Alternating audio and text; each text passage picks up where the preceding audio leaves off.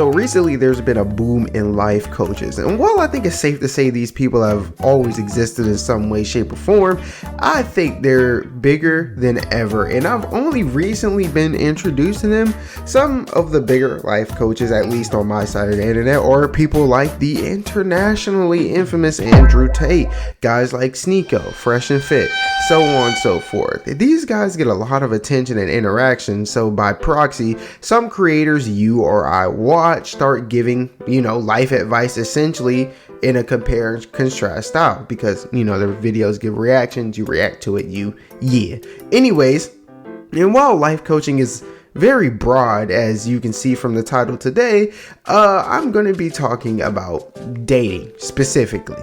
Now, courting is probably the most dynamic and nuanced experience we all are going to face, and most of us will continuously face. And, in the day and age of DoorDash, Amazon, and diet pills, naturally, we as humans want an easier way to deal with our issues. Love being one of our issues. So guys like Andrew Tate and his disciples, for lack of a better word, are most known for their opinions on women and presumably, how to get women, and they teach how to get the house. Anyways, and now that that monologue is over and 90% of y'all clicked off the video, I am gonna tell you, I'm gonna tell you that. That's a lot of stuttering right there. Look, one take Drake out this motherfucker. All right, we're gonna get through this. I'm here to tell you that Andrew Tate, Sneako, Fresh and Fit, and even my own dating advice is a lie. Now, I'm not gonna sit here and say you're stupid for listening to their advice, like a lot of people would say, or even the advice of people reacting to them a la playback Adin Ross or Your Age, because there's this little thing called suspension of disbelief.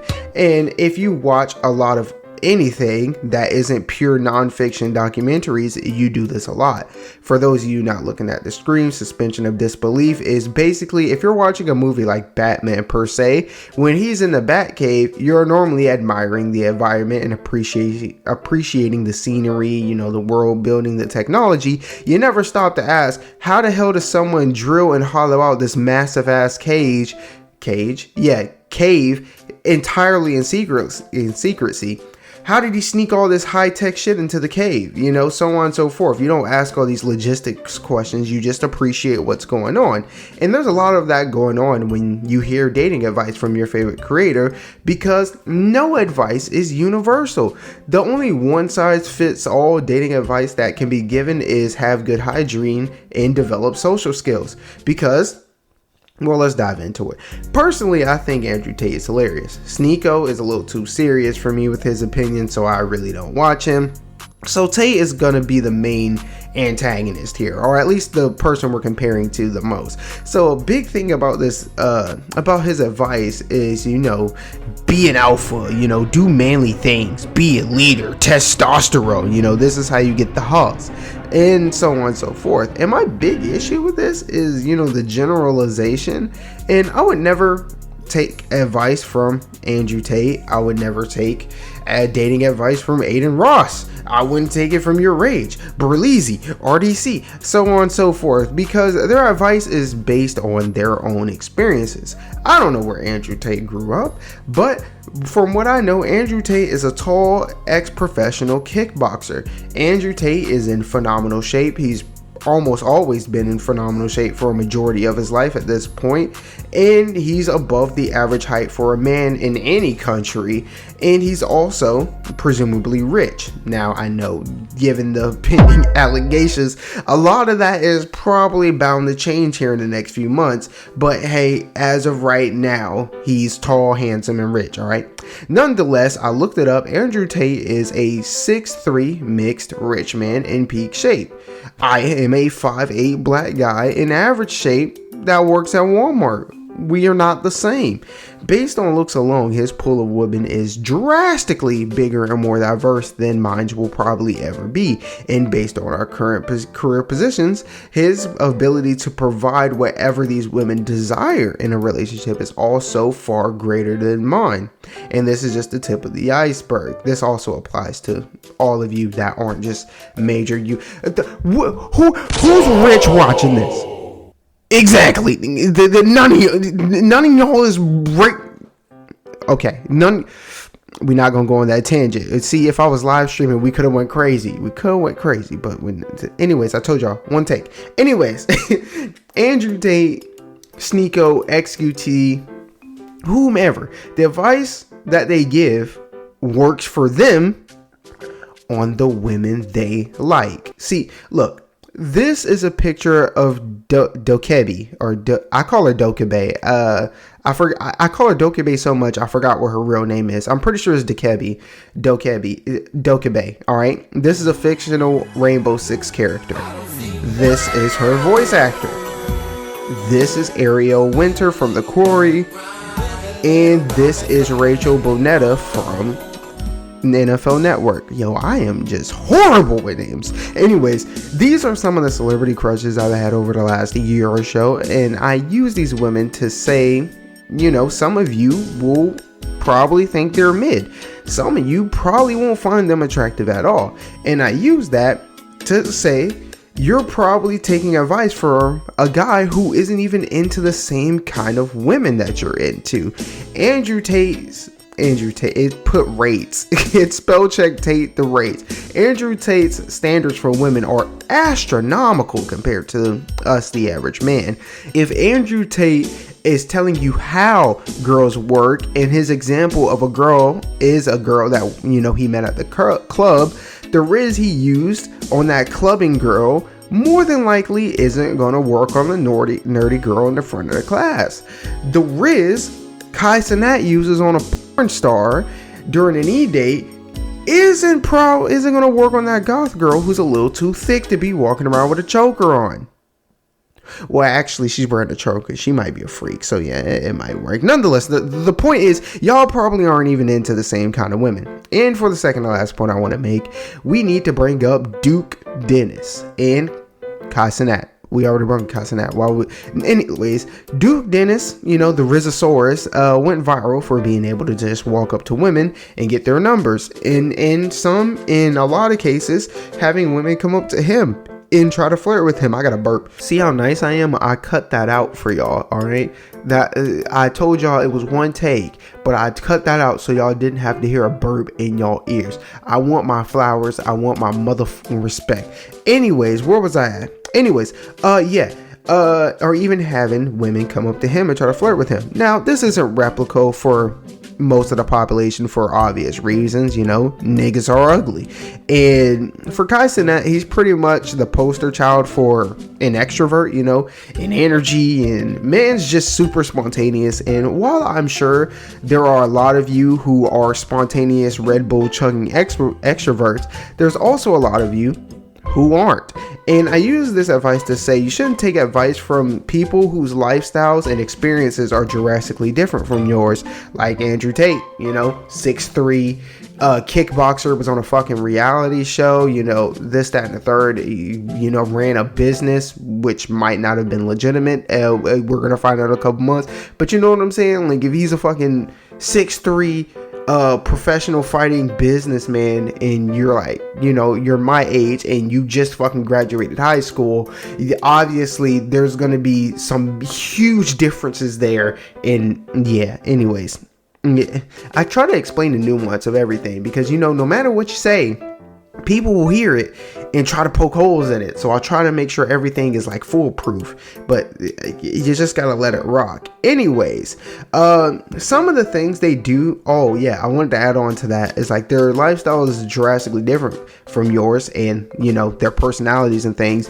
So some of the stuff they do for women may not be, it will be irreplicable or even uncomfortable for you to pull off. And the last thing I want to point out is numbers. As I grow older, I've grown to dislike generalizations, like I said earlier.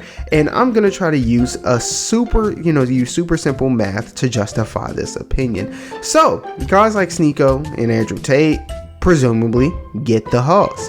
And if a guy sleeps around, and you want to sleep around yourself, logically, you want advice from the guy who does it so you can get into it, just like anything, you're going to get trained by a guy. If you go get a job, you're going to get trained by a dude who's been doing that job for a while, right? Well, that, logically, you want advice from that guy, right? And here's the thing. We're going to throw out a few facts here, all right? We're going to start by throwing out the fact that you and him probably look very different. We're also going to throw out the fact that you guys probably have very different personalities, speech patterns, deliveries, and more importantly, we're going to throw out the fact that y'all are probably into different kinds of women. All of that aside, a lot of bodies for a guy, especially at my age, in their early 20s, 10 to 15 is pretty high for your average person in their 20s. Now, let's double that. Well, let's more than double that. And let's say you meet a dude who has fucked over 200 different girls, all right? And let's make it even more absurd. He's smashed over 200 different girls over the span of 1 year. That is around 16 different women a month, okay?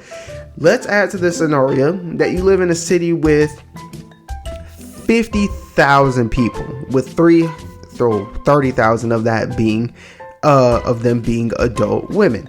So, even with that comically high body count of 200, this imaginary guy has still slept with less than 1% of the women in that city alone.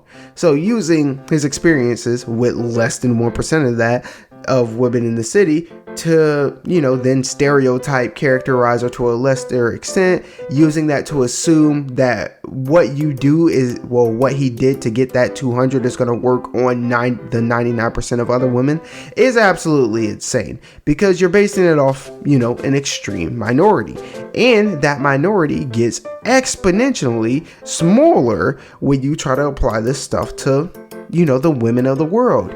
And when does location come into play? Let's say this hypothetical guy and all his experience, air quotes, happened in Callahan, Florida. And it's safe to assume, that his Callahan, Florida hoe getting method is probably not going to work on a majority of the women in Los Angeles. And actually, a majority of his, his methods don't even work on a majority of the women in his own city. So to summarize, one, you're not him, okay? Andrew Tate is a well-off 6'3" ex-kickboxer. He might not be well-off in a few months. The average American male is 5'9" and 200 pounds. Oh, shit. That. 2, you guys probably like different women, therefore most of his advice isn't going to be applicable to you. Also, your personalities may be different, so even if on the off chance y'all are into the same kind of women, which he's into the upper echelon, we all love upper echelon women, we probably just don't have access to them. Anyways, you're probably not going to be able to execute his methods because 1, you don't have the resources that he have, 2, you don't have the same personality that he has, and so on and so forth. And that's for any dating coach, you know what I'm saying? Like, if I wanted to get advice from your rage, right? I wanted to write that in here. I don't know if I did. I actually didn't. If I wanted to get advice for your rage, I like women in general, but mostly attracted to like white girls, foreigners, Asian women, this, that, and the third. Your rage grew up in South Florida, and he's mostly into black women. And of that, he's also into like a whole different kind of personality, you know what I'm saying? I'm a socially awkward guy. I kind of really resonate with socially awkward women. He is kind of an extrovert, and he probably, from what I see, he kind of likes extroverted women. Now, I'm not out here studying his relationships or anything of that nature. It's just what I've seen. So why would I get advice from him when 1, we're not into the same kind of women, 2, we have drastically different personalities, and 2, so on and so forth. Anyways, and 3. None of these guys have slept with the majority of the women in their area, and most of these guys seek a specific type of women. And I use that to explain that they have interacted with a vast minority of women in their area, especially in their country. And so take it with a grain of salt when they start generalizing. Also forgot to add that most people stick to a certain type or a certain pool of women. So even if they have some comically high body count or whatever, or even when they overstated and things of that nature, they're pretty much messing with the same kind of girls. So it's not that diverse. Like, you know, I make the numbers argument a lot with the whole, you know, this is 1% of the nation, this is blah blah blah, 1% of this, 1% of that.